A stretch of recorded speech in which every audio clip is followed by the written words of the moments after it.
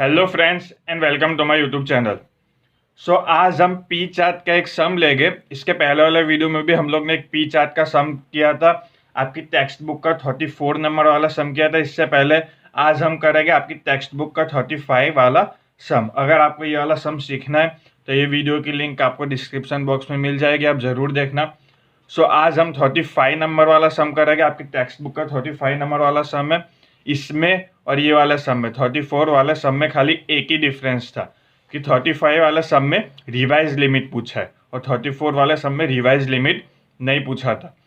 आज हम सीखने वाले हैं जब पी चार्ट में रिवाइज लिमिट पूछा हो तो सम कैसे करने का। तो चलो अब सम की शुरुआत करते हैं। इधर आपको 35 वाला सम दिखाई दे रहा होगा। From a factory producing laser blade sample of 50 blade are drawn. ये 50 ब्लेड क्या है? ये 50 ब्लेड हम लोग का एन हुआ, जो हर सम में सेम ही रहता है। इसके पहले वाले वीडियो में भी हम लोग ने देखा था एन की वैल्यू हमेशा सेम रहती है। The number of defective blade in each sample is given below. नीचे डिफेक्टिव ब्लेड दिया है। Draw P chart and also obtain revise limit. ये वाले टॉपिक रिवाइज लिमिट जो आज हम लोग को सीखना है। और उसके अलावा क्या बनाना है? Draw P chart. P chart बनाना है जो हम लोग ने पहले ही सीख लिया था इसके पहले वाले वीडियो में पी चार्ट कैसे बनाते हैं। ये वाला सम में आपको रिवीजन भी हो जाएगा, पी चार्ट भी सीखने मिल जाएगा एक और बार, और साथ में रिवाइज लिमिट होए सम में तब क्या करने का वो भी आपको पता चल जाएगा। तो नीचे सैंपल नंबर दिखाई दे रहा होगा 1 to 15, ये हम लोग का एम होता है। और डिफेक्टिव ब्लेड दिखाई दे रहा होगा 4, 10, 2, 5, 7, 16, 12, 5, 2, 8, 9, 15, 0, 2 एंड 8। इसको हम लोग बोलते हैं डी। सबसे पहले ये इन्फॉर्मेशन हम लोग क्वेश्चन में लिख देंगे। यहाँ पर मैंने पहले से सम करके रखा है। 35 नंबर वाला सम में हम लोग ने यहाँ पर सैंपल नंबर 1 to 15 लिख दिया और नंबर ऑफ आइटम यानी एम भी लिख दिया 50, जो हर सम में सेम ही था। सॉरी, इसको एन बोलते हैं। देखो सेम होता है ना वो हर सम में। हम लोग ने 50 यहाँ पर मैंने बताया था, ये होता है एन, वो हर सम में सेम ही होता है। उसके लिए एन यहाँ पर मैंने 50 सब जगह लिख दिया। और डिफेक्टिव यानी डी जो बुक में दिया था वो भी हम लोग ने यहाँ पर लिख दिया। सबसे पहले हम लोग को क्या फाइंड करना होता है? तो पी चार्ट में सबसे पहले हम लोग को पी फाइंड करना होता है। पी का फॉर्मूला क्या है? इसके पहले वाले वीडियो में भी हम लोग ने सीखा था। पी का फॉर्मूला है D divide by N. D यानी क्या? डी यानी ये डिफेक्टिव, और एन यानी क्या? Number of item. 4 divide by 50 यानी 0.08, 10 डिवाइड बाई 50 यानी 0.20, 2 डिवाइड बाई 50 यानी 0.04, 5 डिवाइड बाई 50 यानी 0.10, 7 डिवाइड बाई 50 यानी 0.14, 16 डिवाइड बाई 50 यानी 0.32, 12 डिवाइड बाई 50 यानी 0.24, 5 डिवाइड बाई 50 0.10, 2 डिवाइड बाई 50 0.04। ऐसे सबका हम लोग डिवीजन करेंगे डी डिवाइड बाई एन, तो हम लोग को ये वैल्यूज मिल जाएगी। इधर हम लोग को पी मिल जाएगा गाइज। अब पी के बाद क्या फाइंड करना पड़ता है? पी के बाद हमको फाइंड करने का होता है सिग्मा पी।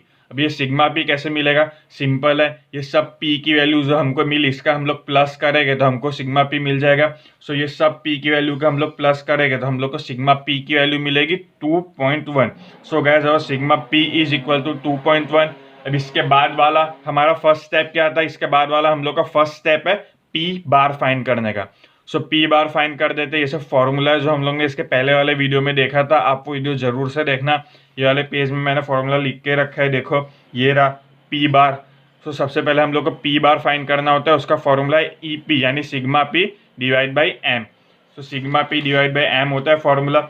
ये रहा sigma P divide by M, वही का वही फॉर्मूला मैंने यहाँ पर लिख दिया। सिग्मा पी की वैल्यू 2.1 और एम यानी क्या? कितने सैंपल नंबर है। टोटल कितने सैंपल नंबर है? 1 to 15 सैंपल नंबर है। 2.1 डिवाइड बाई 15 करेंगे तो हम लोग को पी बार मिला 0.14। गाइज इधर हम लोग को पी बार मिल गया। अब इसके बाद क्या करना है? मैंने पहले भी आपको बताया था, इसके बाद जब भी पी चार्ट हम लोग को ड्रॉ करना होता है तो यूसीएल, सीएल और एलसीएल की हम लोग को ज़रूरत पड़ती है। ये तीनों लिमिट की हम लोग को ज़रूरत पड़ती है। अब यूसीएल और एलसीएल के फॉर्मूला में एक चीज़ कॉमन थी। देखो मैं बता रहा हूँ, यहाँ पर फॉर्मूला वाले पेज में मैंने फॉर्मूला लिखा है। ये देखो एलसीएल का फॉर्मूला और ये रहा यूसीएल का फॉर्मूला।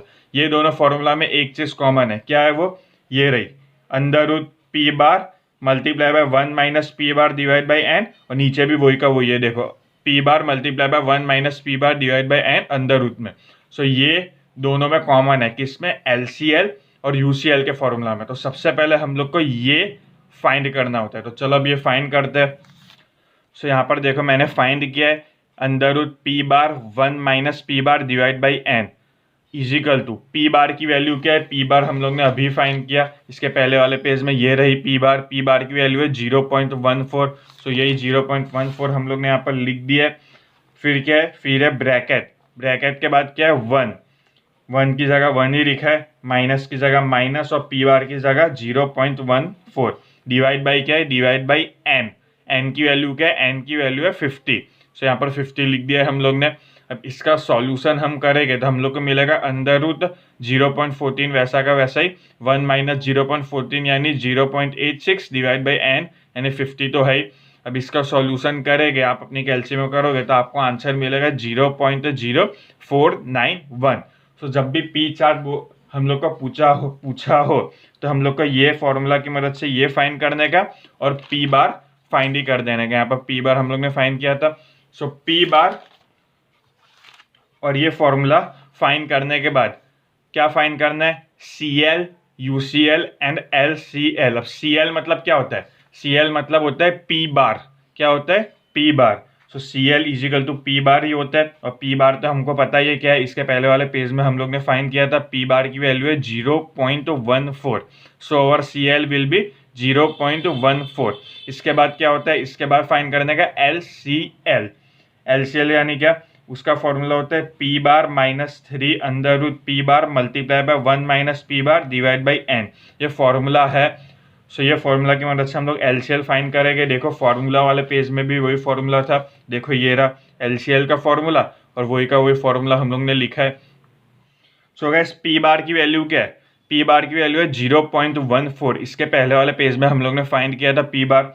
सो 0.14 यहाँ पर लिखा है, माइनस है तो -3 है यहाँ पर, उसके लिए 3। अब ये तो हम लोग ने फाइंड कर दिया ना, देखो ऊपर फाइंड किया था यहाँ पर, ये रहा, ये देखो सेम ही है ना दोनों। उसके लिए तो सबसे पहले ये फाइंड कर देने का, पी चार्ट जब भी पूछा है नहीं ये तो फाइंड ही कर देने का। क्या है इसकी वैल्यू, इसकी वैल्यू है 0.0491। सो यहाँ पर हम लोग ने 0.0491 लिख दिया इसकी जगह। अब 0.14 की जगह 0.14 माइनस की जगह -3 मल्टीप्लाई बाय 0.0491 करेंगे तो हम लोग का आंसर मिलेगा 0.1473। अब ये दोनों का सब्सट्रैक्शन करेंगे तो हम लोग का आंसर आएगा माइनस में।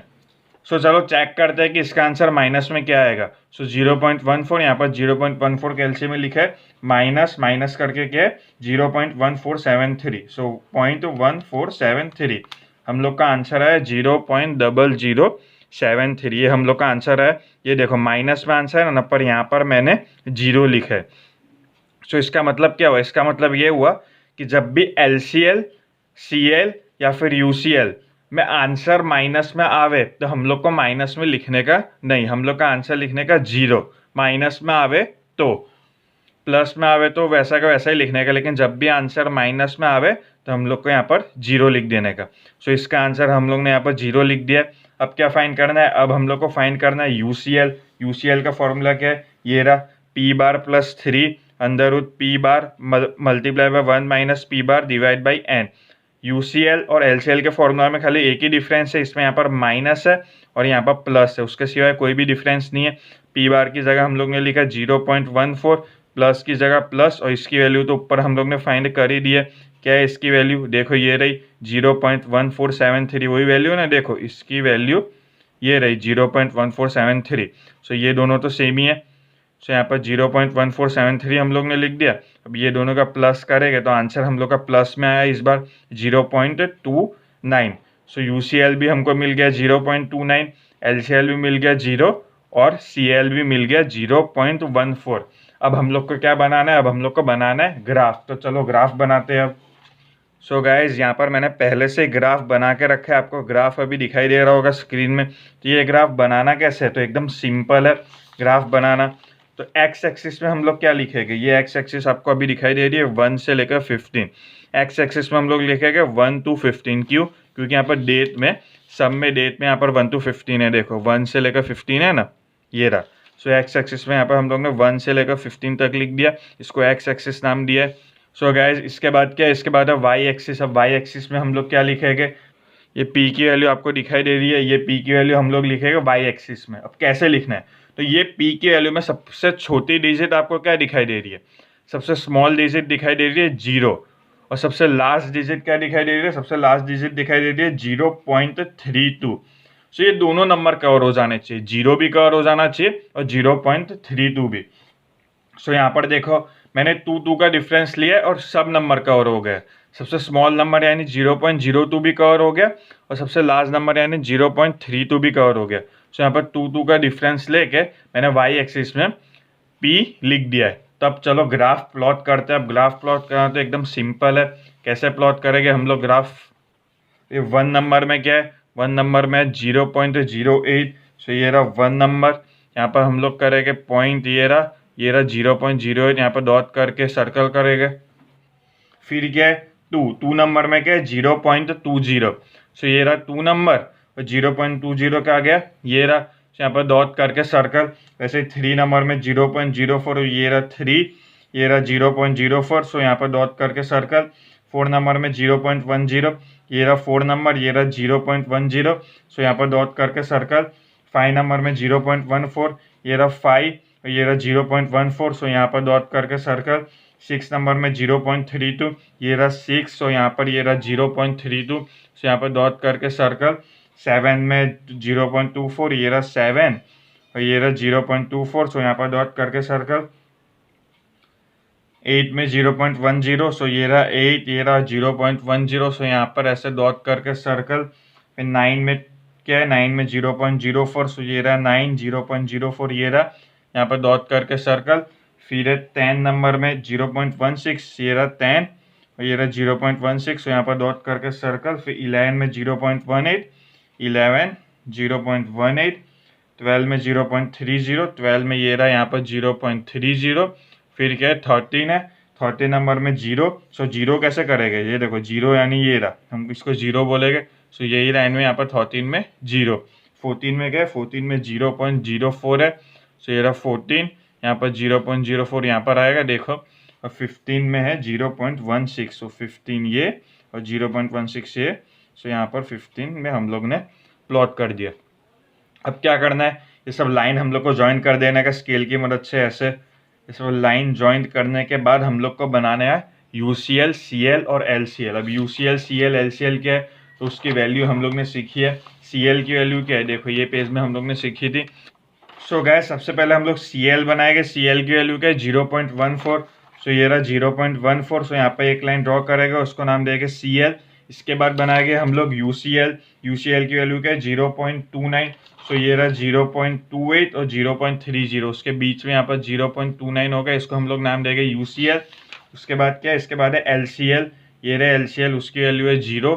सो उसकी वैल्यू 0 क्या होगी, ये रही LCL, यहाँ पर 0 दिखाई दे रहा है। सो यही एक्स एक्सिस को हम लोग नाम देंगे LCL। तब हम लोग का इधर ग्राफ बन गया। तो ये ग्राफ हम लोग का आउट ऑफ कंट्रोल है कि इन कंट्रोल, तो सिंपल है। इसके पहले वाले वीडियो में भी हम लोग ने सीखा था, ग्राफ आउट ऑफ कंट्रोल तब होता है जब बता वो UCL और LCL के बाहर होए तब। सो इधर हम लोग को ये तो पता चल रहा है कि LCL के नीचे तो कुछ नहीं है, यानी LCL के बाहर तो कुछ नहीं है, पर UCL के बाहर 2 सैंपल है। कौन से, एक तो ये 5 नंबर वाला सैंपल, सॉरी ये 6 नंबर वाला सैंपल क्या है 0.32। देखो ये दिखाई दे रहा है 6 नंबर वाला, देखो सीधी लाइन और ये रहा 6, ये 0.32 एक UCL के बाहर जा रहा है। और दूसरा कौन सा है, दूसरा है ये वाला सैंपल नंबर 13, ये कौन सा है 0.30। सो ये दोनों UCL के ऊपर जा रहा है, यानी UCL के बाहर। तो जब भी ग्राफ हम लोग का UCL या फिर LCL के बाहर जावे तो हम लोग का ग्राफ यानी हम लोग का प्रोसेस होता है आउट ऑफ कंट्रोल। तो इससे हम लोग का क्या प्रूव हुआ, इससे हम लोग का प्रूव हुआ the process is out of control. So इधर हम लोग का सम कंप्लीट हो गया। पर ये वाला सम में रिवाइज लिमिट भी पूछा था, देखो ये रहा रिवाइज लिमिट, ये रहा रिवाइज लिमिट। तो रिवाइज लिमिट पूछा हो तब क्या करने का, तो सिंपल है, जब भी हम लोग का ग्राफ आउट ऑफ कंट्रोल आवे तभी हम लोग को रिवाइज लिमिट करना होता है। तो रिवाइज लिमिट यानी क्या होता है, तो सिंपल है। तो ये हम लोग का ग्राफ आउट ऑफ कंट्रोल आया था। इसमें क्यों आउट ऑफ कंट्रोल आया था, क्योंकि हम लोग का 2 सैंपल ग्राफ के बाहर चला गया था। कौन सा 2 सैंपल, एक तो ये 6 नंबर वाला जो है 0.32 और दूसरा कौन सा है, दूसरा ये 12 नंबर वाला जो है 0.30। तो ये दोनों की वजह से हम लोग का ग्राफ आउट ऑफ कंट्रोल हो गया। अब ये दोनों हम लोग माइनस कर दे हुए, सिग्मा पी में से 0.32 और 0.30 माइनस कर दे, यानी ये दोनों तो ढक जाएगा, यानी हट जाएगा। तो अब हम लोग का ग्राफ अंदर कंट्रोल हो गया ना। देखो तो सिंपल है, रिवाइज लिमिट पे हम लोग को क्या करने का, रिवाइज लिमिट में हम लोग को जो भी हम लोग का सैंपल में बाहर आवे तो उसको माइनस कर देने का, जैसे इसमें माइनस किया था। सो गाइज अब चलो रिवाइज लिमिट फाइंड करते हैं। कैसे फाइंड करेंगे रिवाइज लिमिट? अभी revise limit for P chart तो आपको दिखाई दे रहा होगा, उसमें सिग्मा पी यानी 2.1 माइनस 0.32 माइनस 0.30 कर दिया, तो हम लोग का आंसर आया 1.48। इसके बाद क्या फाइंड करने का, पी बार। पी बार का फॉर्मूला क्या है, sigma P divide by M. ये रहा sigma P divide by M, यही था ना पी बार का फॉर्मूला। देखो यहाँ पर भी फाइंड किया था हमने। सो सिग्मा पी की वैल्यू क्या लेने की, अब सिग्मा पी की वैल्यू हम लोग को लेने की 1.48, जो बाहर जा रहा है ना जो लिमिट, उसको माइनस कर देने का। सो ये दोनों सैंपल बाहर जा रहे थे, उसके लिए उसको माइनस करने के बाद हम लोग को ये वाला सिग्मा पी लेने का, पुराना वाला नहीं लेने का। सो यहाँ पर सिग्मा पी हुआ 1.48 डिवाइड बाई एम। एम की वैल्यू क्या होगी, एम की वैल्यू 15 है, लेकिन हम लोग को 15 नहीं लेने की। क्यों? क्योंकि इसमें से हम लोग ने 0.30 और 0.32 तो माइनस कर दिया, यानी 15 में से हम लोग ने 2 सैंपल माइनस कर दिए। उसके लिए एम इजिकल टू 15 माइनस 2 होगा, इजिकल टू 13। सो एम की वैल्यू अब होगी 13। सो 1.48 डिवाइड बाई 13 करेंगे तो 0.11 हुआ। इसके बाद क्या फाइंड करना है, हम लोग ने यहाँ पर भी सीखा था, ये फाइंड करना होता है। सो ये फॉर्मूला की मदद से हम लोग ये फाइंड कर देंगे, पी बार ब्रैकेट में 1 minus P bar divide by N under root में पी बार की वैल्यू क्या होगी। अब इसमें सब कुछ न्यू लेने का, पुराना वाले को भूल जाने का। इसका ही तो मतलब होता है रिवाइज, यानी वापिस करना है। जो एक्स्ट्रा सैंपल यूसीएल और एलसीएल के बाहर जा रहा है उसको माइनस करने के बाद वापस हम लोग का ये सब फाइंड करने का। सो पी बार की वैल्यू 0.11 ब्रैकेट में 1 माइनस पी बार की वैल्यू 0.11 डिवाइड बाई 50। अब 0.11 1 माइनस 0.11 क्या होगा, 0.89 डिवाइड बाई 50 तो है ही। तो इसका सॉल्यूशन क्या आएगा, इसका सॉल्यूशन आएगा 0.0442।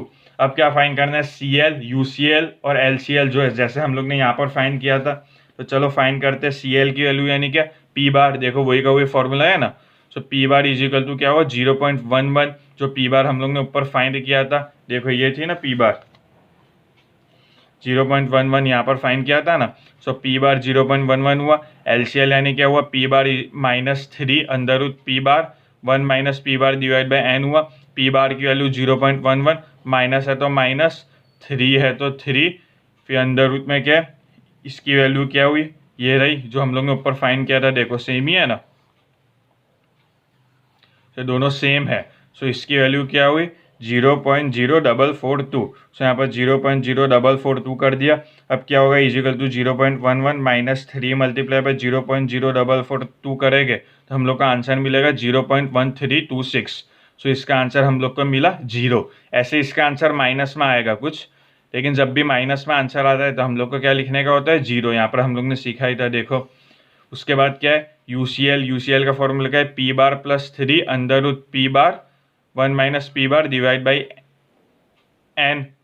सो पी बार यानी 0.11, इसकी वैल्यू क्या है, इसकी वैल्यू हम लोग ने ऊपर ही फाइंड कर दी थी 0.1326, तो 0.1326 हो गए। अब ये दोनों का प्लस करेंगे तो यूसीएल हम लोग को मिला 0.24। सो गाइस ये सम आपको पता ही चल गया होगा। जब भी रिवाइज लिमिट पूछा हो तो क्या करने का, ये ग्राफ बनाने का, और जो भी बाहर जा रहा हो, जैसे कि ये दोनों बाहर गया था, उसको माइनस कर देने का। उसके बाद P bar, C L, L C L और यू सी एल वापिस फाइंड कर देने का। तो ये करने का मतलब क्या हो, ये करने का मतलब ये हुआ कि रिवाइज लिमिट हम लोग फाइंड करेंगे तो जो बाहर जो सैंपल जा रहा है वो तो अब नहीं होगा। तो हम लोग का ग्राफ अब कैसा बनेगा, ऐसा बनेगा। देखो यहाँ से यू सी एल और LCL के बीच में बनेगा ग्राफ वापस से बनाने की ज़रूर नहीं है, खाली आपको समझाने के लिए मैं बोल रहा हूँ। UCL और LCL के बीच में बनेगा, यानी इससे हमको क्या प्रूव हुआ, इससे प्रूव हुआ our process is under control. तो गाइज इधर हम लोग का 35 नंबर वाला सम कंप्लीट हो गया। आपको पूरा पता चला होगा, ये भी पता चला होगा कि रिवाइज लिमिट पूछा हो तब क्या करने का। इसके पहले वाले वीडियो में हम लोग ने 34 नंबर वाला सम किया था। अगर वो वीडियो अभी आपको देखना है तो डिस्क्रिप्शन बॉक्स में मिल जाएगा। अगर आपका कुछ डाउट हो तो आप कमेंट बॉक्स में पूछ सकते हो। Thank you for watching my video.